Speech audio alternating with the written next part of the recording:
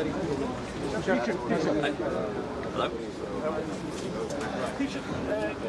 What are you going to be saying to your fellow leaders about digital taxation? And specifically, how does Ireland defend not taxing companies where they're making money instead of notional headquarters? Well, first of all, really delighted to be here at the Digital Summit. The purpose of the summit is to discuss ways in which we can make Europe and the European Union leaders in the digital economy, and that's the real focus of this summit. We discussed briefly the whole issue of digital taxation last night over dinner, and the point that I made to other European leaders was that if we want to foster innovation, if we want Europe to become a digital leader, the solution isn't more taxes and more regulation, it's actually the opposite. And people bemoan the fact that there is no European Google, that there is no European Facebook, that there is no European LinkedIn. But my view is that if you want those things in Europe, and if you want those types of companies to generate in Europe, it's not through heavy taxes and higher regulation that you'll achieve that. Are you not concerned that Ireland is going to be somewhat outnumbered, Taoiseach, given the weight that is being put behind this now by big countries like France, Germany, Italy and Spain? Well, look, I think we'll have to see. There are a number of countries that are supporting this proposal, but there are lots of other countries very similar to Ireland, who would have a different view. Certainly some of the Nordic countries, the Benelux countries, have a very similar economy to Ireland, open to trade, already very modern and very digital. And I guess we may see things a bit differently.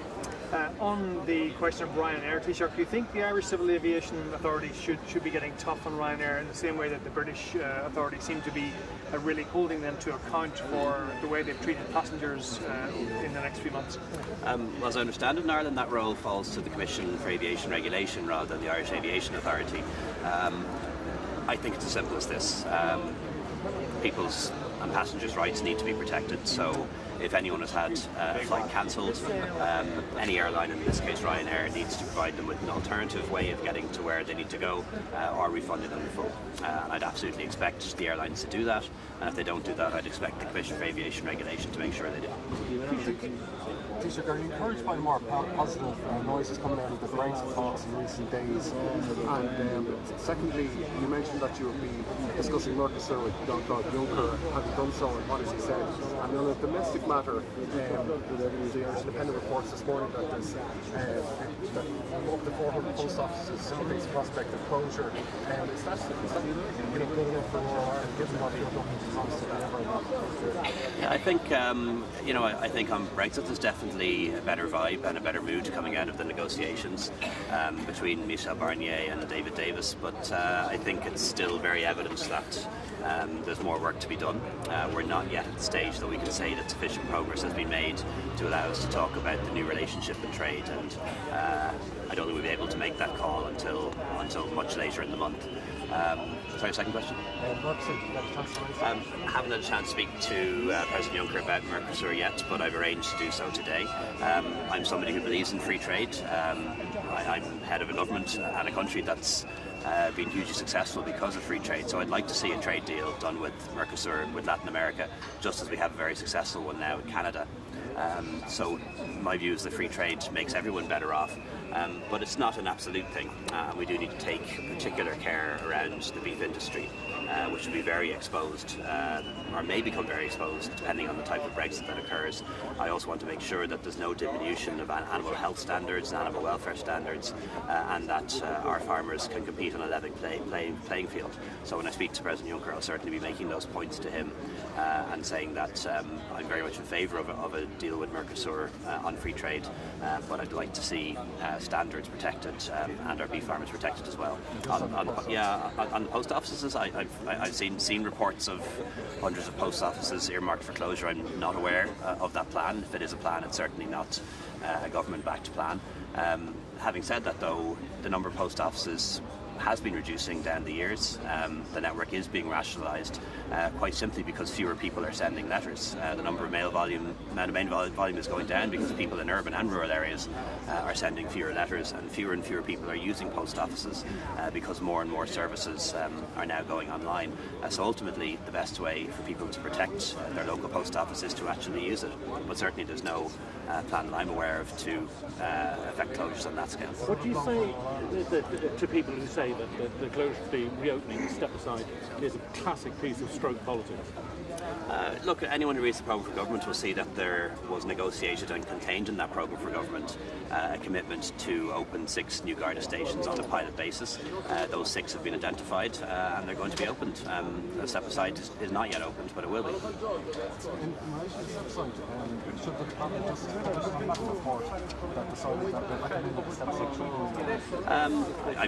I've no objection to being published. I haven't actually seen it myself, or don't recall seeing it if I did. So I don't see any reason why it couldn't be published, but they may have a good reason not to do so. But as I said, what's in the programme for government is a commitment that we would reopen 6 Garda stations on a pilot basis. The Gardaí did a report, suggested 6. None of them are open yet, but they will be. One of them is step aside. Taoiseach, on the free trade question, do you think that Bombardier is a salutary lesson for the vulnerability of the UK outside of the EU and by extension the vulnerability of Northern Ireland? I think it could well turn out to be a lesson for the United Kingdom. When the Brexit referendum went through, and certainly in the months since then, there's been a lot of talk about a new trade deal between the United Kingdom and the United States and how great that would be for the United Kingdom. And yet we're now talking about the possibility of a trade war between the United Kingdom and the United States. So I think what it demonstrates is that every country in Europe is actually a small country. Britain isn't even in the top 20 countries in the world in terms of population. Germany is 18th, and we're actually stronger together as a trading bloc of 500. So I think perhaps that's something for people to consider. Thank you. Consider the prospect of striking Irish rail. Mr. Varadkar, quick word with the BBC. Very quick word. Good morning. Gavin, BBC. How are you? Sorry. Tell me, I know yesterday wasn't about Brexit, but you listened to Theresa May's speech, and I wonder, it's important for you, above all, mostly, are you closer to ticking that sufficient progress box than you were a week ago? Well, I think Prime Minister May's speech in Florence was very welcome. It has helped to move things forward. The fact that the United Kingdom is now looking for a transition phase during which the European rules will essentially still apply. I think that's very welcome. I don't think we're yet at the point that we can say that sufficient progress has been made. There's more talks to happen. Obviously, as a European Prime Minister, we'll have to see the report from Michel Barnier, we'll have to see the report from the European Parliament. So we're not at the point yet where we can get on to talking about the future relationship, but I think the mood music is better. And if you had to boil it down, what is it now that you think is the key point, or are the key points, money, on the issue of the Irish border, that you think actually would take it over that line to the next stage? Yeah, you'll understand why I'll be reluctant to engage in a running commentary of the negotiations. I think in all those 3 areas further progress is needed, both on the financial settlement, on citizens' rights, which are so important. I want to see the rights of British citizens in the rest of the European Union protected. I want to see EU citizens in Britain protected, and also those very particular and important issues to Ireland. We have peace on our island now.